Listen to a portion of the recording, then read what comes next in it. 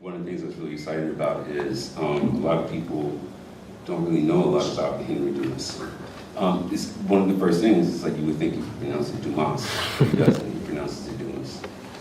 He pronounces it Dumas. So I'm gonna read a bio that Eugene B. Redmond, who's familiar with this place.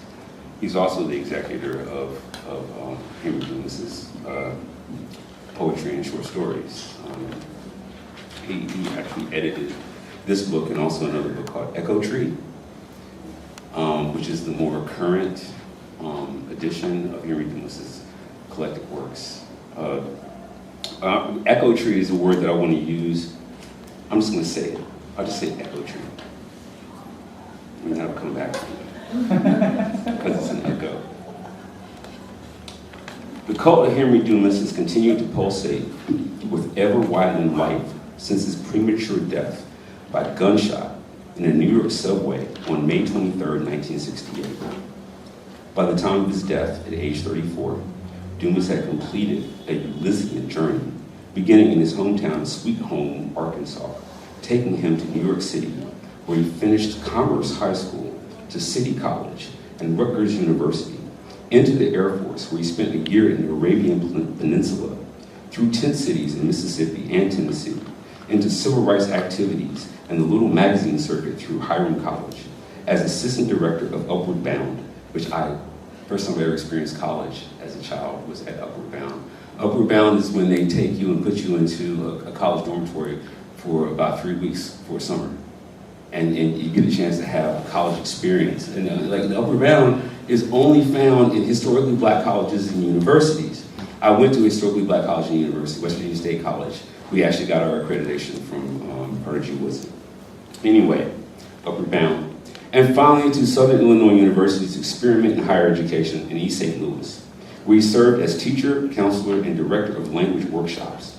Throughout his journey, Dumas wrote heroic tales and poems, publishing small magazines like his own Black Icon, founded in 1963, as well as Umbra, which included Ishmael Reed, Steve Cannon, and Larry Neal, before he became the founder of the Black Arts Movement, which actually was the affiliation of Amir Baraka. Amir Baraka wouldn't have gotten that flame without Larry Neal. Right. Like, Dottie knows what I'm talking about.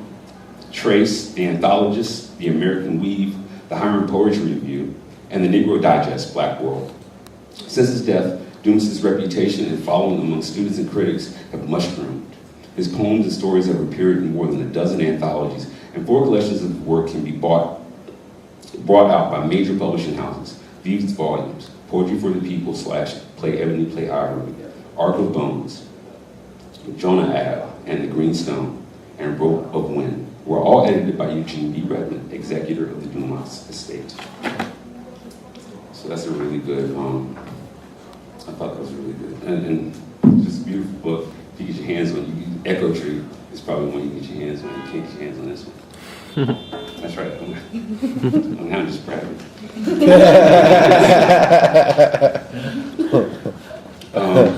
But as it said, Henry Dumas was from Missouri. And we know what's going on in Ferguson, right? Mm-hmm. Okay. So my plan initially was to do something from his collection of poems that you got your hands on. It's called, somebody help me out, I'm blanking up here. Needs of a Natural Man. Yeah. It was smoking. I really enjoyed reading it, but then this thing's happening in Ferguson. And Henry Dumas is from Missouri, so there's this thing called Strike and Fade from this collection. It's also an Echo Tree. Echo Tree. Strike and Fade, Harlem, 1967. This is an abbreviated version. The word is out. Cool it. We on the street, see? Me and Big Skin. We watch the cops. They watch us. People going and coming. The fire truck's still wrecked up beside the building. Papers say we riot. We didn't riot. We like the VC, Viet Cong. We strike and fade. Me and Big Skin, we scout in the street. The next day, we see how much we put down on him. Big Skin, he walking ahead of me. He walking light, easy, punk. It's daylight, but we still got to walk easy on the street. Anytime the more whites hit the block on the rubber, then what we do? We uptight for space. So we all eyes, all feet, and easy. You gotta do it. We make it the Bones place. Bone, he the only blood on the block out of business. Mo White owned the cleaners, the supermarket, the laundry, the tavern, the drugstore, and all the rest. Yeah, but after we burned out half them places, Mo White, he closed down his stores for a week. Our block occupied with cops and National Guard, but the Guard left yesterday. Man, they more cops on the street now than rats. We figured the best thing to do is kill the cops first, so we can get back to killing the rats. They watch us, but they got nothing on their skin in me. Nah, we clean. They got Sammy, Momo, Walter, and his sister too. Doris, Edie, they even got Mr. Tompkins. He's a school teacher. I had him once. He's a nice stud. Me and Big Skin make the Bones place. Got a lot of guys inside. We hang around, listen to talk. I buy a coat. Big Skin take half. I hold my coat. Police cars pass outside. They like wolves cruising. We inside. Nobody mess with us. Cat named Duke, he talking. You cats got to get more together with this thing. Look at the cats in Brooklyn, Chicago, Birmingham, Cleveland. Look at the cats in Oakland. Duke talking. You cats see Tyro yet? We say, nah. We heard he back in town, but we ain't seen him yet. Tyro's a Green Beret in Vietnam, but he back. He got no legs and one arm. All the cats been making it to his pad. They say he got a message for all the cats on the block. Duke say he making the Tyros right now. We walk on. I kick some glass. We see a store that's burned out. Cops watching us. We stalking easy. All eyes, all feet. Patrol car stop alongside us.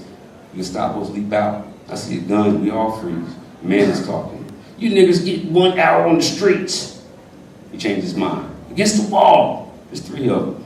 Down the street is more. They frisk us. We all clean. One jab with the butt of the gun on my leg gave him a cramp in the ball. I like that one. Sorry. They cuss us and tell us to get out in the street. We move on, around the block, down the street. I'm limping. I don't say nothing. I don't curse nothing. Duke and Big Skin, they mad, cursing and saying they gonna do. Me, I'm hurting too much. I'm letting my heat go down into my soul. When the come up again, I won't be limping. We see some more cats pouring along the block, about 50. We join. They heading on 33rd. Some cats got heats, some got Molotovs. One cat got a sword. Tyro on 30th Street. We go up. 3 other cats come with us. We run up the steps. We pass an old man going up. He grunt on our way out. We say, excuse. I'm the last up. The old man's scared. We hear the siren outside. The shit done already started. Tyro's sister opened the door. I know her before I dropped out of school. She know me, but she ignorant. All the cats move in. I close the door. We see Tyro. I said, she chewing some food, and she waved with her hand. It mean going up front. I watch her talk. You Tina? She swallowed her food. Yeah. You come see Tyro? He in there. She turned, went to the door, and closed it. I followed the other cats to the front. I bossed her. There's 6 cats already in the room. 6 more come in. Somebody passed a butt. I scoot the corner. So me and Tyro. He known the blocks for years. He used to be the leader of the Black Unicorns. They broke up by the cops and social workers. I look at Tyro. He a black stud with a long beard. He's sitting in a wheelchair. He wearing fatigues like Fidel Castro. When we part in the pad, Tyro talking. The Congo Massive, that ambush. Learn this about them. We fell back under fire. We fell into a pincher. They cross-fired us so fast, we didn't know what hit us. Out of nowhere, 60 men, and I was the only person left. I believe I was spared so I could come back and tell you. That cat that found me, he was hit himself. He ain't seem to care. He looked me in my eye for a long time. My legs were busted from a grenade. The VC stood over my blood. I could tell he was thinking about something. He raised his rifle. I kept looking him in the eye. It's one of the few times my prayer's been answered. The cat suddenly turned and ran off.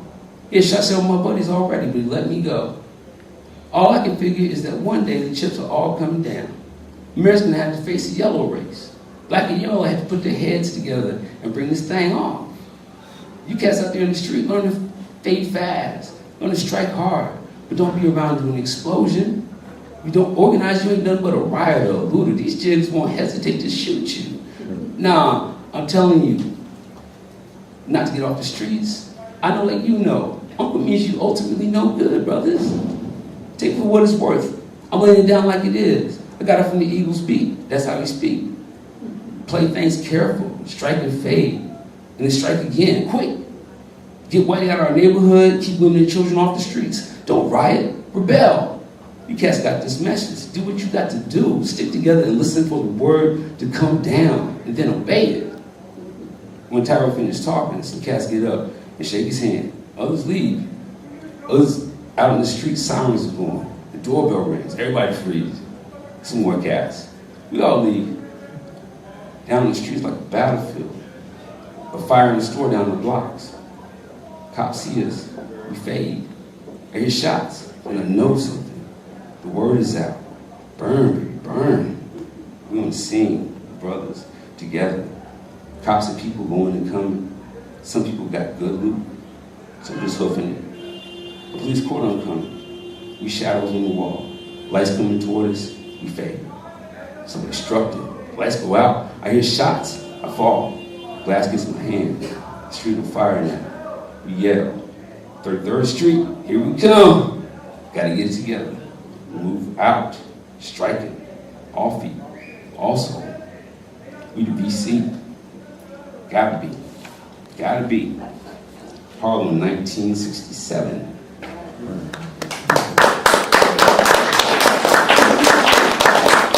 So, Harlem, 1967 to, and this is my last little bit, I hope I don't run too long. I'm good. To Harlem, 1967 to, thank you, sir. Oakland, 1999. Tyrell is a 60-year-old cat with no legs and one arm. Claims it was a Green Beret out in Nam. He lives in one of the residential hotels in Jefferson. Every store is burned out, except the liquor store, pawn shop, and Circus Sale Books, where I've been working for the last 6 years. All the cats are making it to his cribs. The riders watch his gate. Black and whites, beat cops, and unmarked boxy sedans. They all cruise through like no one knows what they're looking for. The block's been occupied for nearly a week. There's some cats rapping out front. They hang out at the store sometimes. I nod to them, hit the buzzer and wait. Wait, the whole hell or? It all comes down to milk. Shit. Milk? Yeah. If you're a mammal, you create white milk. Mother's milk's always white. What? No. Purity? Get it? No. Mother's milk is light in the crucible. He poked the side of his temple with his index finger. I never noticed it before, but homeboy was cockeyed. You can't let the brown, the dark, mix with the white milk. In there, milk is all that's good. He looks over at me. They've confused light with white. It's linguistic confusion, you see. White is the absence of all color, while light is the presence of all colors and then some. But on that deeper level, you dig? They got that shit all. Nigga, you crazy. This cat said, maybe, but I tell you what, motherfuckers will go to some extremes to keep their truth true. What'd you think, young blood? They looked at me. Well, metaphors do define reality, I say. True. Word is bond. See, that's what I'm saying. The door buzzed, and I left them at the gate. An old woman escorts me up the stairs to Tyrell. I got this special order of Calvin Hurton's Dictionary of African American Slang in a paper bag with a piece of tape holding it closed. I couldn't find it anywhere on the web. I ended up having to call the pig in the city. They knew a collector who was being gentrified out of his flat. $25. I tell myself that Tyrell can't have this one on credit. He just can't. He looks like a chocolate Fidel. With his long gray beard and faded fatigues. There were 5 guys in this room as I opened the door. Henry Dumas. You cats have got to get into Dumas. We were there in Harlem in '68, man. During the riots. Just come back to the world. We had something. We put it down for a minute. Right on. There's some things about them times they ain't telling you. We were doing more than the cats could possibly imagine. They gunned that brother down the street. You hear me? Unarmed on a subway platform. Assassinated. May 23rd, 1968, 1 month and 19 days after they killed the king. Killed Bobby Hutton right down the street from here 2 days after.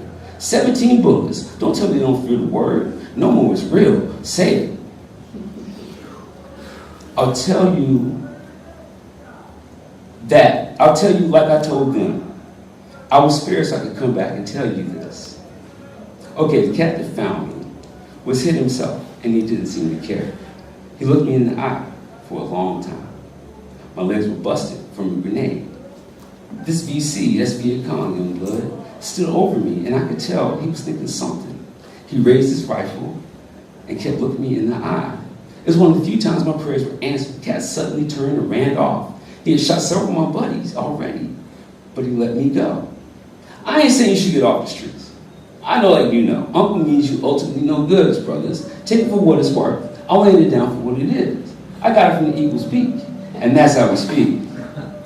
Get the man out of our neighborhood. I used to say whitey, but you know what? Uncle Tom's alive and well. Dig? Keep women and children off the street. Don't riot, rebel. You cats got this message. Do what you got to do. Stick together and listen for the word to come.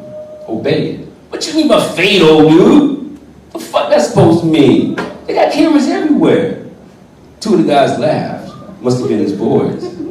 Read, little brother. I ain't talking about hiding. I'm talking about fading.